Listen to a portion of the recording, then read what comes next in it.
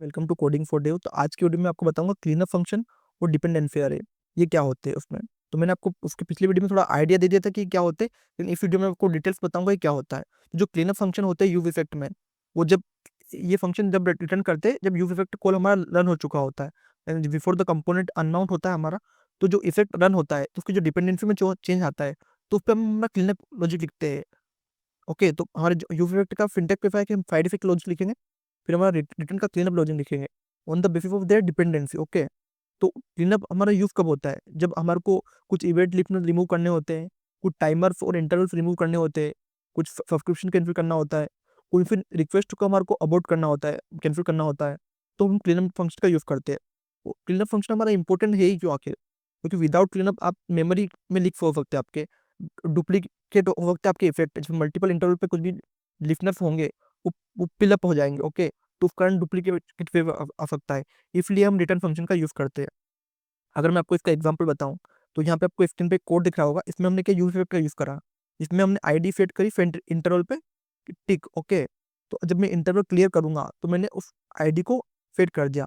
तो ये क्या उसको प्रिवेंट करेगा मेमोरी लीक से, कि जब मैं इसको रिटर्न करूँ तो मेरा सारे इंटरवल क्लियर हो जाए। इससे क्या होगा, जब भी मेरी जो फेट इंटरवल पे जो आईडी थी वो मेरी आईडी रिमूव हो जाएगी। ओके, अगर मैं इसको इवेंट लिस्टनर की बात करूँ, इवेंट लिस्टनर में आप इसको कैसे यूज कर सकते हो? तो अगर आपको एक विंडो का एक इवेंट है कि आपको उसकी साइज रिसाइज करनी है, तो आपने उसका एक फंक्शन बनाया कि आपको विंडो की इनर विड्थ चाहिए, तो आपने अपने विड्थ ले ली उसकी, उसके बाद आपको फाइनली आपने उसको रिमूव कर दिया इवेंट लिस्टनर को। ओके, आपका काम कंप्लीट होने के बाद, तो इसमें क्या फंक्शन ने उसको जो डाटा था वो क्लीन कर दिया। ओके, अब बात करूँ मैं डिपेंडेंसी अरे इन यूज इफेक्ट, डिपेंडेंसी अरे यूज इफेक्ट में कैसे यूज होती है।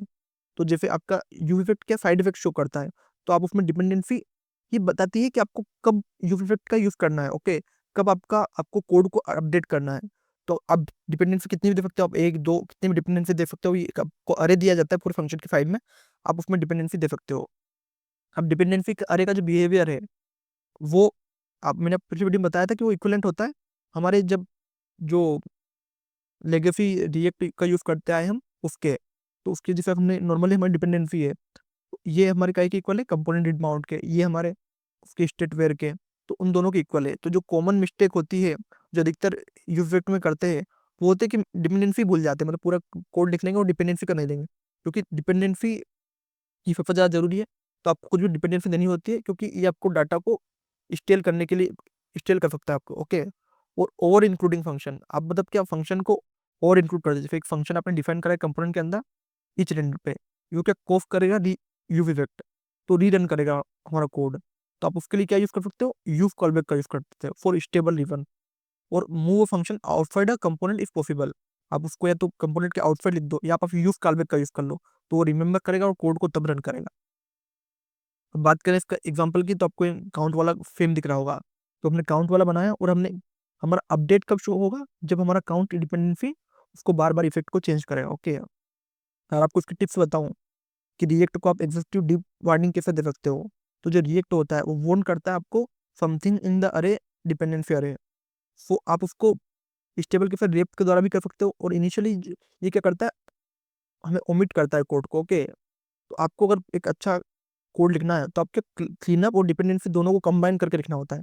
जैसे आपका एक फंक्शन है, मैं आपने क्या पूरी आपकी जितनी भी डिपेंडेंसी है वो आपने कंप्लीटली लिखी कि आपको किसके उस पर हमारा कोड अपडेट होगा, और आपने उसमें साथ में क्लीनअप फंक्शन भी लगाया, तो ये हमारा एक ऑप्टिमाइज यूज इफेक्ट का कोड होता है।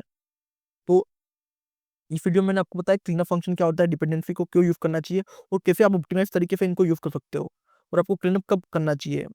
ओके, और इसको effect run for only once, आपको एक बार इफेक्ट रन होगा तभी हमारा कोड अपडेट होगा। ओके, तो आप इसमें वेयर का यूज भी कर सकते हो पर्टिकुलर चेंज में, और आपको मतलब डिपेंडेंसी को मिस नहीं करना, आपको ये सबसे ज़्यादा जरूरी है। ओके, तो इस वीडियो में मैंने आपको इसका कंप्लीट ब्रीफ आइडिया दिया।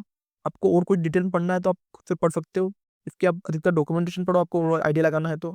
ओके, तो इस वीडियो में आपको कुछ भी डाउट है तो आप कमेंट कर सकते हो, और इसी तरह के और वीडियो देखने हैं तो कोडिंग फॉर डेव को सब्सक्राइब करो। Thank you for watching.